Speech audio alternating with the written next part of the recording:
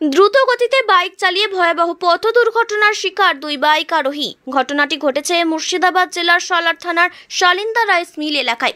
সালারকান্দি রাজ্য সড়কে গুরুতর জখম দুই বাইক আরোহীর নাম হাব্বি শেখ, বয়স 20 বছর, বাড়ি সালার থানার কান্দরা গ্রাম এলাকায়। শাকির রহমান, বয়স 18 বছর, বাড়ি কান্দরা গ্রাম এলাকায়। জানা যায় এই দুই বাইক আরোহী শনিবার বিকেল নাগাদ কান্দরা থেকে ভরতপুরের দিকে যাচ্ছিল। ঠিক সেই সময় শালিন্দা রাইস মিল এলাকায় সালারকান্দি রাজ্য সড়কে দ্রুত গতিতে বাইক চালিয়ে রাজ্য সড়কের সামনে থাকা একটা প্লেয়ারের সজোরে ধাক্কা মারে। ঘটনাস্থল থেকে গুরুতর জখম অবস্থায় সালার থানার পুলিশ উদ্ধার করে সালার প্রাথমিক স্বাস্থ্য কেন্দ্রে নিয়ে গেল। কিছুক্ষণ চিকিৎসা চালানোর পর উন্নত চিকিৎসার জন্য কান্দি মহকুমা হাসপাতালে স্থানান্তরিত করেন সালার স্বাস্থ্য কেন্দ্রের কর্তব্যরত চিকিৎসক। ঘটনাস্থানে পৌঁছায় সালার থানার ওসি তুষার মজুমদার। ঘটনায় ইতিমধ্যে তদন্ত শুরু করেছেন সালার থানার পুলিশ।